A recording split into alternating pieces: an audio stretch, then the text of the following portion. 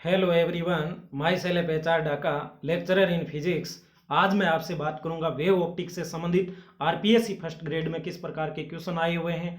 और ये video 12th class के बच्चों के रिवीजन के लिए भी इम्पोर्टेंट है और उस हर एक कंप्यूटर के लिए भी उपयोगी है जिनके वेव ऑप्टिक्स का टॉपिक सब जो सिलेबस के अंदर मेंशन है। तो आइए पहले मैं आपको बता देता हूं कि किस प्रकार के क्वेश्चन है वो आ रहे हैं। 8 जनवरी 2020 को फर्स्ट ग्रेड का एग्जाम हुआ था, उसके अंदर ये दो क्वेश्चन 20वां और 21वां क्वेश्चन आया। ये एक बार देखिए, मैं 1 मिनट आपको बता देता हूँ कि आपको कौन कौन से क्वेश्चन आ रहे हैं। 20वें 21वें को आप खुद करके देखिए, यानी पॉज करके देख सकते हैं आप। उसके बाद में ये 15 के अंदर 37वां 38वां क्वेश्चन आए हुए हैं, तो ये भी मैं आपको हल कराने वाला हूँ। और उसके बाद में 13 के अंदर ये क्वेश्चन आप देख लीजिए कि 13 के अंदर ये क्वेश्चन आया हुआ है, तो सीधा बहुत ही इजी है। मेल्स के नियम लगा के हम आराम से कर सकते हैं। ये 13 के अंदर ही 47वां क्वेश्चन आया हुआ है जो n1 लेमडा 1 बराबर n2 लेमडा 2 वाला है। और ये 11 के अंदर क्वेश्चन आए हुए हैं। तो इन क्वेश्चनों के बारे में हम चर्चा करेंगे। साथ ही साथ में जो हमारे इंपॉर्टेंट सूत्रों की पीडीएफ है वहां पर मैं बताऊंगा कि कौन कौन से सूत्र आपको एनी टाइम ध्यान में रखने हैं। अब चलो क्वेश्चन नंबर 20 को हम हल करके देखते हैं। क्वेश्चन नंबर 20 हमारा क्या कह रहा है कि क्वेश्चन नंबर 20 कह रहा है कि यंग के द्विस्लिट प्रयोग में यदि पर्दे को स्लिटों के तल से दूर सरकाया जाता है तो कोणीय फ्रिंज चौड़ाई, आपको कोणीय फ्रिंज चौड़ाई का मतलब यहां से जैसे मान लो ये आप थीटा बन रहा है। एक बात मेरे को बताओ, पर्दे को आगे खिसकाने पर ये किरणें आगे चाहे कितने भी बढ़े, थीटा में कोई चेंज होगा क्या? कोई चेंज नहीं होगा। हाँ देखो, इस क्वेश्चन को अधिकांश ने गलत क्यों किया?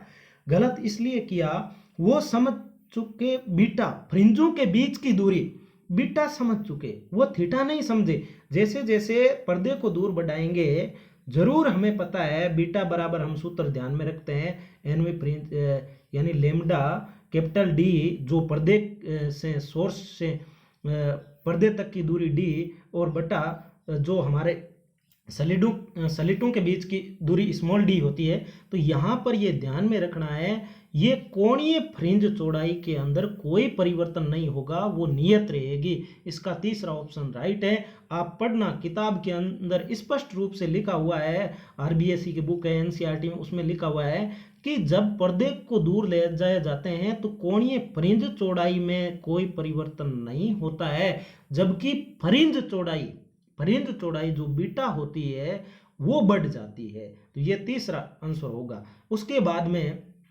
21वां क्वेश्चन आया हुआ है कि जब किसी पदार्थ पर आपतित कोण 60 डिग्री है तो परावर्तित प्रकाश पूर्ण ध्रुवित हो जाता है। यानी भाई यहाँ तो ब्रूस्टर वाला नियम लगने वाला है। वो कहता है पूर्णतः ध्रुवित हो जाती है, वो ब्रूस्टर कोण होता है, और वो उसका जो स्पर्श ज्या होता है 10 आईपी वो किसके बराबर होता है? वो माध्यम के अपवर्तनांक के बराबर होता है। तो अपवर्तित के किरण का वेग क्या होगा? तो उस माध्यम में वेग, देखो वेग निकालना है तो पहले म्यू पता करना पड़ेगा। म्यू निकालेंगे तो 10 आईपी, और 10 आईपी बराबर यानी 10 60, और 10 60 का मान कितना होता है जी? 10 60 का मान होता है √3 मान आ गया म्यू का। अब म्यू बराबर, म्यू क्या होता है? किसी माध्यम में यानी निर्वात में प्रकाश का वेग और उस माध्यम में प्रकाश का वेग का अनुपात होता है म्यू। तो म्यू बराबर सी बटा वी, तो हमें वी निकालना है। तो वी बराबर क्या हो जाएगा? तो कलर चेंज कर लेते हैं, बोर्ड पर तो ऐसा कर ही नहीं सकते। तो यहाँ पर वी बराबर आपके पास में क्या आ जाएगा? सी बटा म्यू हो जाएगा। तो 3 × 10⁻9 प्रकाश का वेग, और सॉरी 10⁸, तो बटा में √3, तो √3 ऊपर जाएगा, √3 × 10⁸। तीसरा ऑप्शन क्या हो जाएगा? राइट हो जाएगा। म्यू ज्ञात करो और उसके बाद में v बराबर सी बटा म्यू वाला फॉर्मूला लगा दो। ठीक है, इन सूत्रों के बारे में भी हम चर्चा करेंगे। पिछले वाले वीडियो में भी हमने चर्चा की थी। 2018, यदि ये 20 वाला आपने एग्जाम दिया तो आप फटाक से कर सकते हो 40-50 सेकंड के अंदर दोनों क्वेश्चन। अब हम चलते हैं 2015 में क्या क्वेश्चन आए। क्वेश्चन नंबर 37 क्या कह रहा है? क्वेश्चन नंबर 37 ये कह रहा है कि द्विस्लिट प्रयोग में व्यतिकरण उत्पन्न करने वाली प्रत्येक तरंग की तीव्रता I0 है। प्रत्येक तरंग की व्यतिकरण प्रत्येक की आई नोट है, तो हम जानते हैं आई बराबर सूत्र हमारा क्या होता है, आई बराबर परिणामी तीव्रता का सूत्र होता है I1 प्लस I2 प्लस का आपके पास में 2 रूट है I1 है I2 इस प्रकार से कोस है फाई प्रत्येक की है।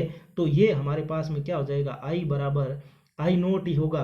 तो कहने का मतलब ये 2 आई नोट यहाँ होगा, फिर 2 प्रत्येक की आई नोट है तो केवल आई नोट बचेगा, कोस फाई बचेगा, और ये 2 आई नोट जैसे ही हम कॉमन लेते हैं 1 प्लस का कोस फाई बचता है। ऐसा तो आंसर दे नहीं रखा है, तो अब ऐसा करते हैं, थोड़ा सा दिमाग और लगाते हैं, थोड़ा सा 1 plus cos phi 1 plus cos theta 2 cos square theta बटा 2 सूत्र याद होना चाहिए। तो 2 आई नोट गुणा 2 कोस स्क्वायर 5/2 हो जाएगा, और 2 गुणा 2 4 हो जाएगा।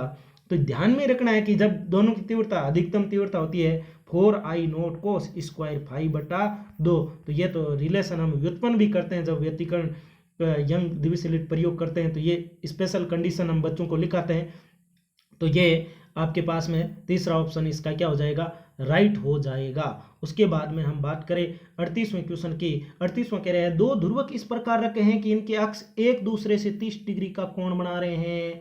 दो ध्रुवक इस प्रकार से रखे हुए हैं कि एक दूसरे से थीटा बराबर 30 डिग्री का कोण, यदि इस ध्रुवक के निकाय पर अध्रुवित प्रकाश आपतित होता है तो आपतित प्रकाश का पारगमित अंश क्या होगा। बहुत गजब का क्वेश्चन है।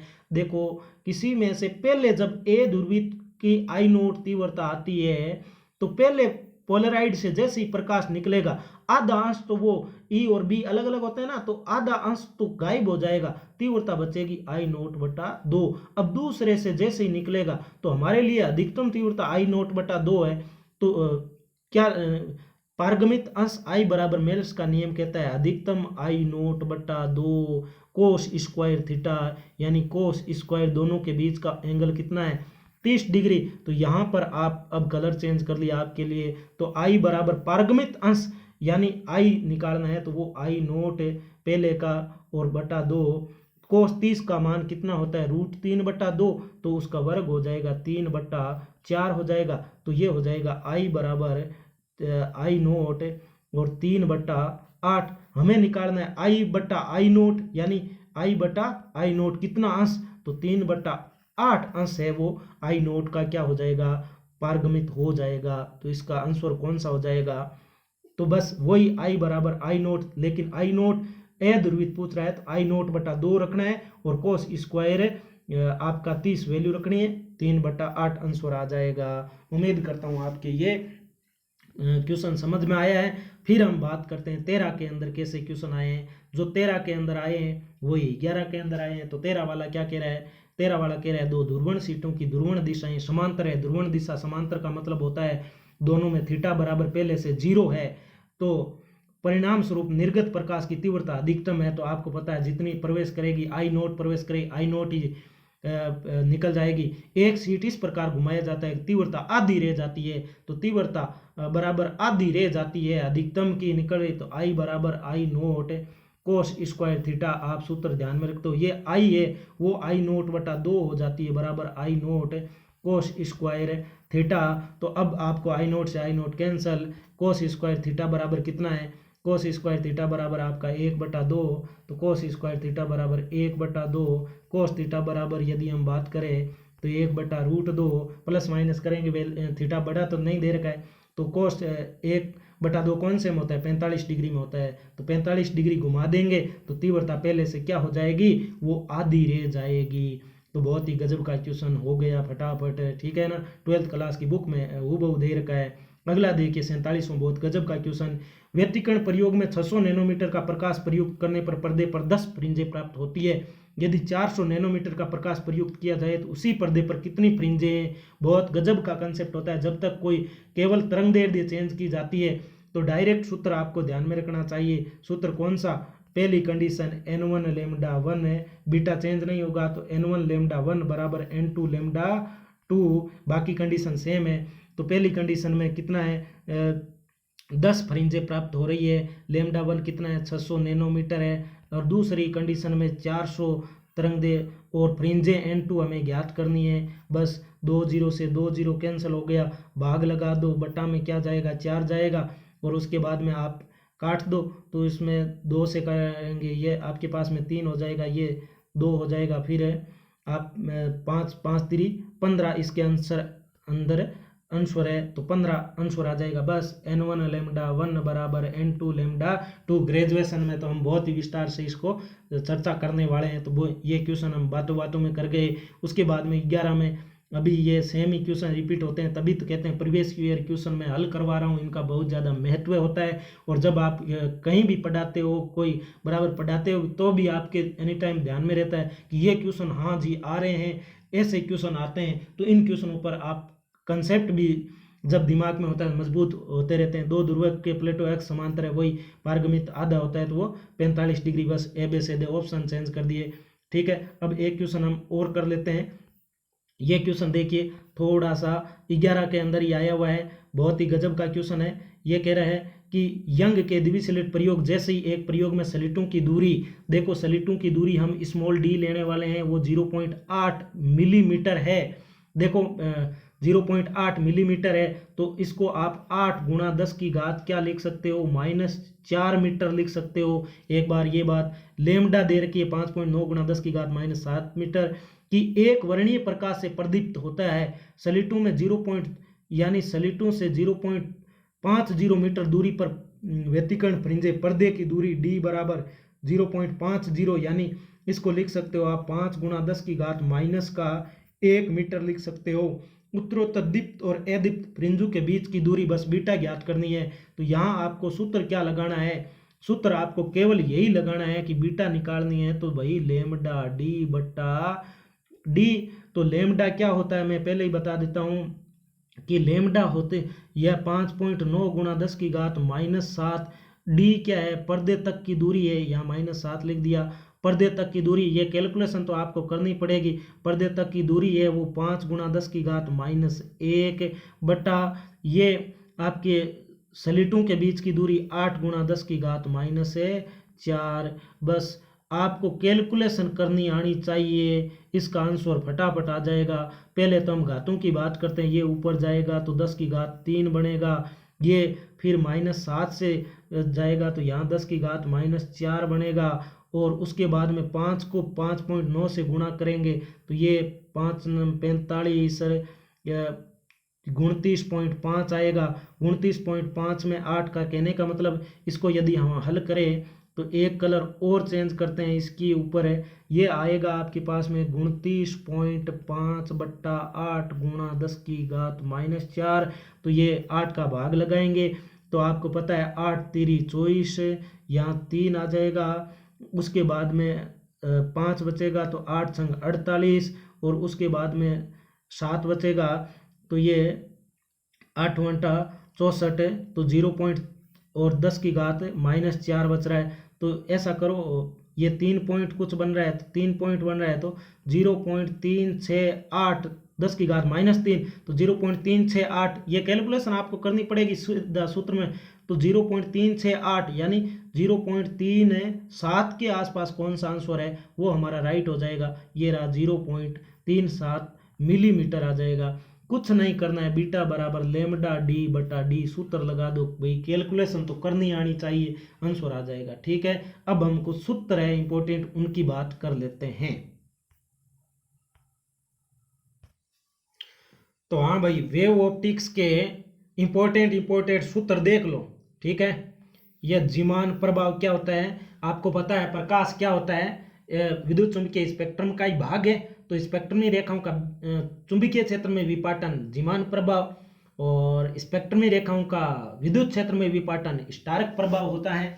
और जब ध्रुवण का तल चुंबकीय क्षेत्र की उपस्थिति के प्रभाव से घूम जाता है तो वो फैराडे प्रभाव, जो हम एमएससी में डिटेल से पढ़ते हैं। आगे मैंने लिखा है हाइगेंस का तरंग सिद्धांत में जो गोलीय तरंगागर से समन तरंग समीकरण होती है वो a बटा R sine 2 pi small T बटा कैपिटल टी माइनस का x बटा लेमडा, जबकि समतल तरंगागर से समन तरंग होती है y बराबर a साइन 2 पाई। और ये फर्क क्या है, इसमें बटा में r है, इसमें बटा में r है नहीं है। अब ये परावर्तन में आपका आई बराबर आर होता है, अपवर्तन में स्नेल का नियम म्यू1 साइन आई बराबर म्यू2 साइन आर। ये पिछले वीडियो में हमने बहुत ज़्यादा डिटेल से बातें की थी। अब व्यतिकरण का जो परिणामी आयाम होता है वो क्या होता है, जैसे सदिशों का परिणामी सदिश निकालते हैं ना, तो वही जैसे समांतर चतुर्भुज का नियम लगा के वही बातें, परिणामी आयाम आर बराबर √a1 square plus a2 square 2a1 a2 cos phi, जहाँ फाई कलांतर है, और y बराबर R sine omega T plus theta परिणामी तरंग की समीकरण है। कलांतर थीटा निकालने का सूत्र टेन इनवर्स लंबवत घटक a2 साइन फाई बटा a1 प्लस क्षैतिज घटक जुड़ जाता है a2 कोस फाई। ऐसे सदिश में याद रखते हैं, वैसे ही यहाँ पर हम याद रखते हैं। उसके बाद में व्यतिकरण हमारे दो प्रकार का होता है, एक तो कौन सा होता है संपोषी व्यतिकरण होता है, और दूसरा कौन सा होता है विनाशी व्यतिकरण होता है। तो संपोषी व्यतिकरण और विनाशी व्यतिकरण की बात करें तो संपोषी में कलांतर क्या होना चाहिए दो तरंगों के मध्य, या तो 0 होना चाहिए या आपका 2 पाई या 4 पाई ऐसे होना चाहिए, 2n पाई यानी 2 पाई का पूर्ण गुणज होना चाहिए। उसके बाद में पथांतर तो लैम्डा बटा 2 पाई गुणा कलांतर से निकाले तो n लैम्डा यदि पथांतर है और कलांतर 2n पाई है तो तरंगों के मध्य संपोषी व्यतिकरण होगा, तीव्रता ज्यादा होगी। और विनाशी व्यतिकरण में यदि कलांतर 2n-1 पाई हो और पथांतर 2n-1 लैम्डा बटा 2 हो तो आपको ध्यान में रखना है वहाँ विनाशी व्यतिकरण होगा, परिणामी तरंग की तीव्रता न्यूनतम होगी। तो ये बातें आपको ध्यान में रखनी है। अब यदि व्यतिकरण की बात करें तो हम तीव्रता की बात करें तो तीव्रता क्या होती है, आई बराबर सूत्र क्वेश्चन आया है 2016 में, आई बराबर i1 plus i2 plus 2√i1 i2 कोस है फाई, और यदि i2 सेम हो तो 4i0 कोस स्क्वायर फाई बटा 2 आ जाता है, जो डायरेक्ट सूत्र आपको ध्यान में रखना है। अब यहाँ मैंने 3 बातें लिखी है, जो एक तो देखो यंग का द्विसलिट प्रयोग, तो यंग के द्विसलिट प्रयोग में nवीं चमकीली फ्रिंज सेंटर पॉइंट से कितनी दूरी पर प्राप्त होगी, वो xn बराबर होगा n लैम्डा d, d पर्दे तक की दूरी है, d है सलिटों के बीच का डिस्टेंस, d बराबर n बीटा यानी n मल्टीप्लाई फ्रिंज चौड़ाई का n गुणा कर दो n लैम्डा d बटा d। उसके बाद में n वी काली फ्रिंज जो सेंटर पॉइंट से कितनी दूरी पर होगी ऊपर की ओर xn, वो होगी 2n-1 लैम्डा d बटा 2d हो जाएगा। सूत्र आपको ध्यान में रखना है, बीटा बराबर फ्रिंज चौड़ाई का 2011 में आया हुआ क्वेश्चन हमने किया था, लैम्डा d पर्दे तक की दूरी बटा d सलिट उनके बीच की जो डिस्टेंस हो जाएगी। ये बात आपको ध्यान में रखनी है। अब व्यतिकरण में बात करें तो व्यतिकरण दो प्रकार का, संपोषी व्यतिकरण n लैम्डा होगा पथांतर तो संपोषी हो जाएगा, और 2n-1 लैम्डा बटा 2। अब एक कभी कभी 2n+1 लिखा होता है, उसमें जब 2n+1 आप लिखते हो पथांतर विनाशी में तो n बराबर 0 से चालू करना चाहिए, और 2n-1 लैम्डा बटा 2 लिखते हो तो n बराबर 1 से चालू करना चाहिए, बस इतना ही फर्क है होता है। अब विवर्तन में क्या होता है, विवर्तन एकल जीरी विवर्तन हम पढ़ते हैं, ये बीच की डिस्टेंस d होती है, पर्दे तक की दूरी कैपिटल D होती है, तो वहाँ nवां उच्चिष्ट प्राप्त होगा, वो कितने बीच सेंटर पॉइंट से xn बराबर 2n+1 लैम्डा कैपिटल D बटा 2 स्मॉल d। ये बात आपको ध्यान में रखनी है, यानी xn बराबर थोड़ा सा ऐसा लगेगा जैसे nवां उच्चिष्ट इस प्रकार से सूत्र बन रहा है, जैसे मान लो कोई काली फ्रिंज प्राप्त हो रही, ऐसे थोड़ा सा ये उल्टा होता है, ये कंफ्यूजन आपको नहीं रखना है, अभी सूत्र याद करिए। nवां निम्निष्ट की बात करें जैसे ऐसे प्राप्त हो रही है, जैसे nवीं काली फ्रिंज की पूछे विवर्तन में, तो ऐसा लग रहा है कि जैसे संपोषी की तरह सूत्र बनेगा, xn बराबर n लैम्डा d बटा d, यानी यहाँ चमकीली फ्रिंज की तरह सूत्र बन रहा है, ध्यान रखिए। केंद्रीय उच्चिष्ट की बात करें तो वो फ्रिंज चौड़ाई की तरह ही दुगुना हो जाएगा 2d लैम्डा बटा d, और यदि कोई लेंस हो उसकी फोकस दूरी पर्दे तक की वो फोकस करे तो उसकी फोकस दूरी ले लेते हैं कैपिटल D तक की। तो ये बातें आपको ध्यान में रखनी है। विवर्तन यंग द्विसलिट प्रयोग से संबंधित जो भी ये सूत्र इंपॉर्टेंट है, ये सारे के सारे यहाँ से क्वेश्चन बन रहे हैं, ये यहाँ से जैसे क्वेश्चन आया भी था 2020 में भी क्वेश्चन आया था कि थीटा में क्या चेंज हो जाएगा, तो थीटा में तो कोई चेंज नहीं होगा लेकिन बीटा में चेंज जरूर होगा।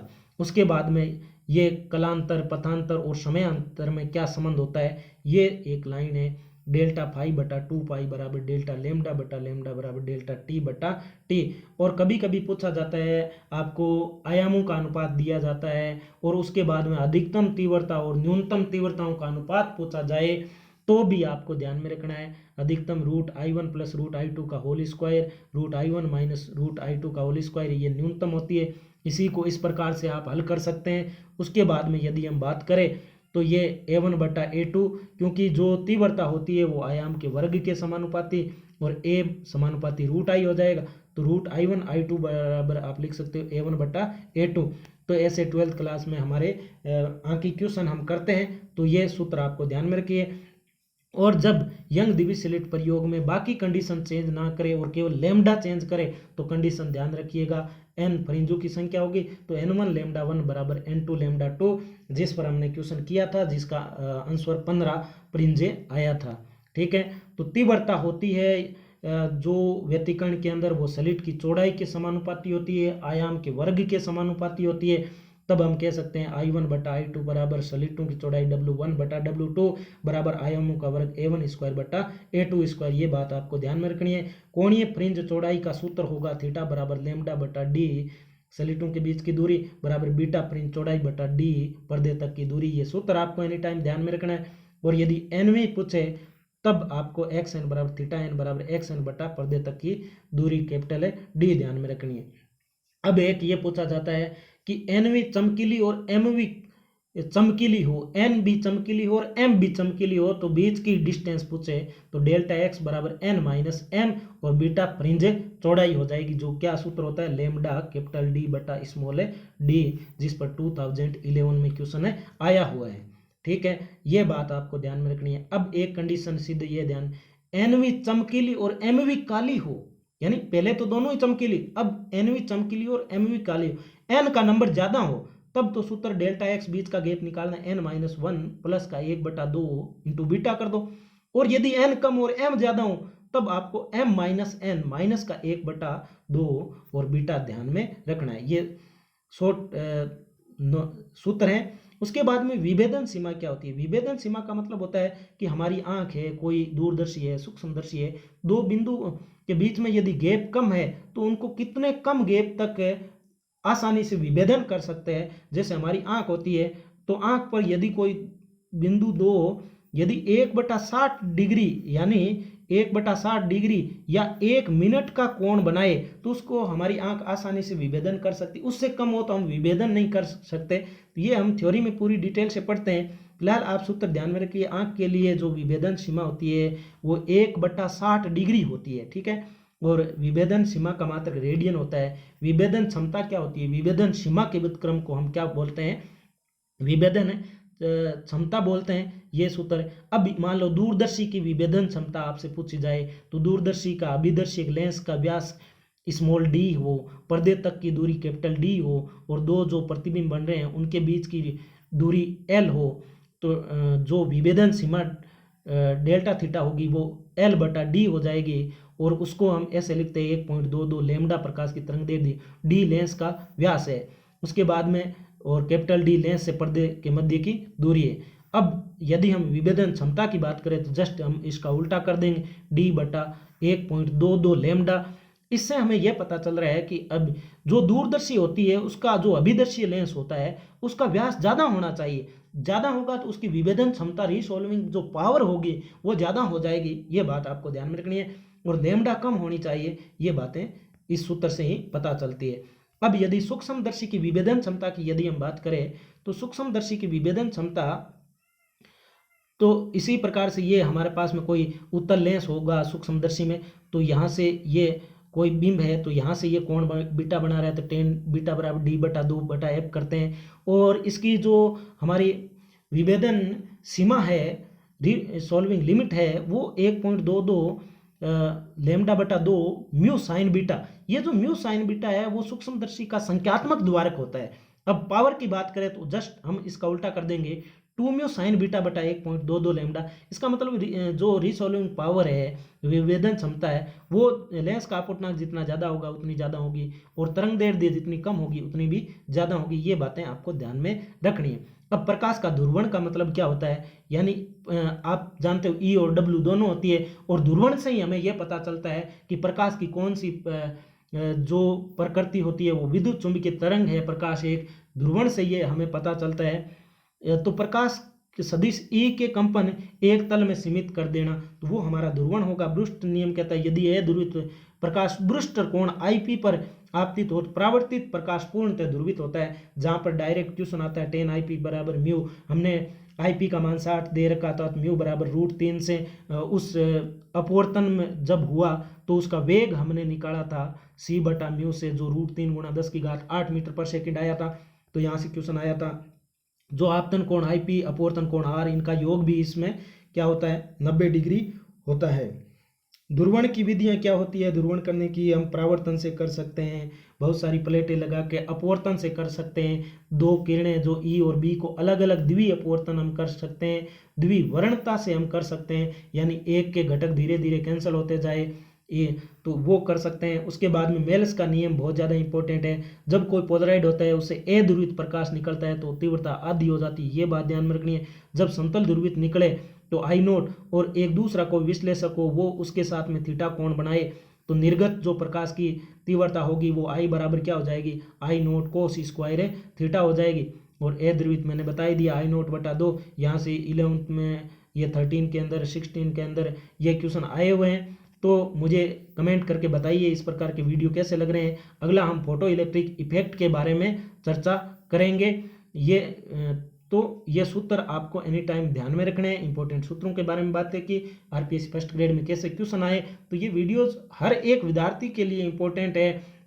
और मैं उम्मीद करके बनाता हूं कि आरपीएससी फर्स्ट ग्रेड की कोई तैयारी कर रहा है तो उसको ये पता चल जाए कि वेव ऑप्टिक्स से कैसे क्वेश्चन आ रहे हैं। उसने इतना ही समझ लिया तो जब वो कभी भी पढ़ेगा तो उसके माइंड में रहेगा कि हाँ ऐसे क्वेश्चन आ रहे हैं, तो उन क्वेश्चनों पर उसका फोकस ज़्यादा रहेगा। हर एक कंपटीशन एग्जाम में भी, आरपीएससी संबंधी जो भी एग्जाम हो रहे हैं, चाहे नीट हो, नीट एनटीए करवाता है, लेकिन ऐसे क्वेश्चन नीट के एग्जाम में भी आए हुए हैं। तो लैब असिस्टेंट में तो आरपीएससी फर्स्ट ग्रेड वाले लगभग क्वेश्चन सेम ही आ जाते हैं। तो इसलिए मैं ये चाहता हूँ कि पूरा विद्यार्थी पेपर सारे डाउनलोड करे फिर ढूंढे, उसको बहुत ज़्यादा टाइम लगता है। लेकिन मुझे पता है कि यहाँ से ये क्वेश्चन आए हुए हैं, तो मैं आपके टाइम की बचत करने के लिए, आपकी हैंड होल्डिंग करने के लिए ऐसे वीडियो बनाता हूँ। ये वीडियो आपको पसंद आते हैं तो लाइक कीजिए, चैनल को सब्सक्राइब नहीं किया है तो सब्सक्राइब कीजिए और बेल आइकन को प्रेस कर लीजिए ताकि नोटिफिकेशन आपको मिलते रहे। और 12th क्लास की भी सीरीज चलती रहती है। तो अब मैं आगे थोड़े न्यूमेरिकल हल कराने वाला हूँ 12th क्लास से संबंधित, वो भी वीडियो आप देख सकते हो।